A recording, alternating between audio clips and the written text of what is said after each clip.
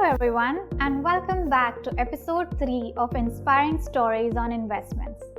हमारी आज की कहानी सिस्टमैटिक इन्वेस्टमेंट प्लान्स SIP से जुड़ी हुई है।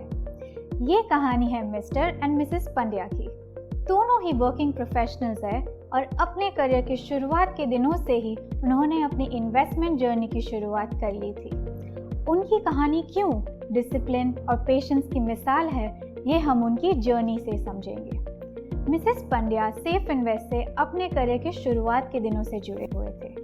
उनकी मुलाकात उनके फाइनेंशियल प्रोडक्ट्स डिस्ट्रीब्यूटर से अप्रैल 2010 में हुई।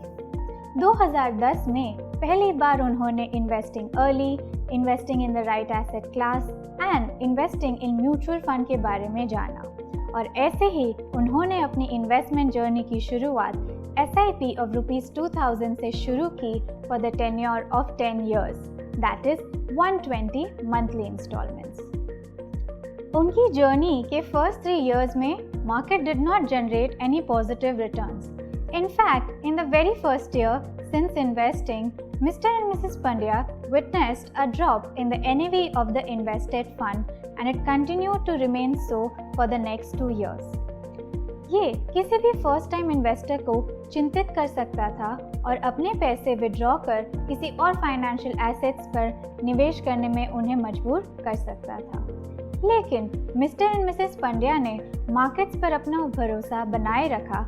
Safe invest financial product distributor के गाइडेंस से अपनी इन्वेस्टमेंट जर्नी में आगे बढ़ते गए और ऐसे ही in the very next year in 2014 their portfolio generated an annualized return of 12.64%, which until 2013 was negative 6.44%.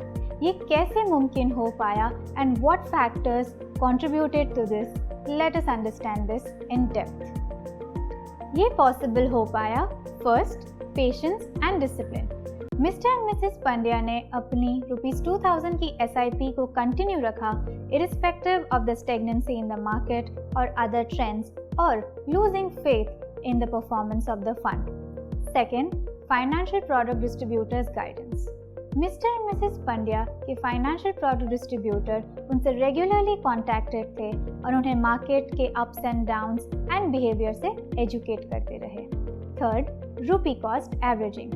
The fall in the NAV of the fund from 2010 to 2011 and the fund continuing to trade in the same range for the next 2 years helped them to accumulate units at a lower rate, which ultimately led to the growth in the portfolio in 2014, synonymous to the growth in the market. And ऐसे ही 2020 में जब उनकी SIP का tenure complete हुआ तब immediately उन्होंने उसी fund में अपनी SIP को रिन्यू कर ₹1000 का टॉपअप भी किया एंड इसी कंसिस्टेंट एंड डिसिप्लिन अप्रोच से अपने पोर्टफोलियो को बिल्ड करते गए।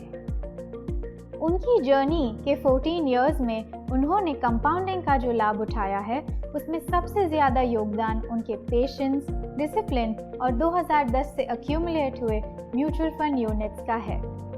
साथ ही what started as a modest SIP of ₹2000 has substantially grown to become an SIP of ₹22,000. This increase not only reflects a substantial financial commitment but also a testimony of careful planning and growth. Mister and Mrs Pandya की कहानी से हम ये समझते हैं कि SIP में ऐसा ही होता है। जब मार्केट गिरता है तब उसी निवेश से हम ज़्यादा यूनिट्स खरीदते हैं, जब मार्केट बढ़ता है तब वही यूनिट हमें ज़्यादा रिटर्न देते हैं और गिरते मार्केट में मिस्टर एंड मिसेस पंड्या की तरह इन्वेस्टेड रहना ही समझदारी है। अंत में छोटी अमाउंट, कंसिस्टेंट इन्वेस्टिंग, अपने डिसिप्लिन अप्रोच और safe invest financial product distributor की मदद से लंबी अवधि में आप अपनी हर फाइनेंशियल नीड एंड एस्पिरेशंस को फुलफिल कर सकते हैं।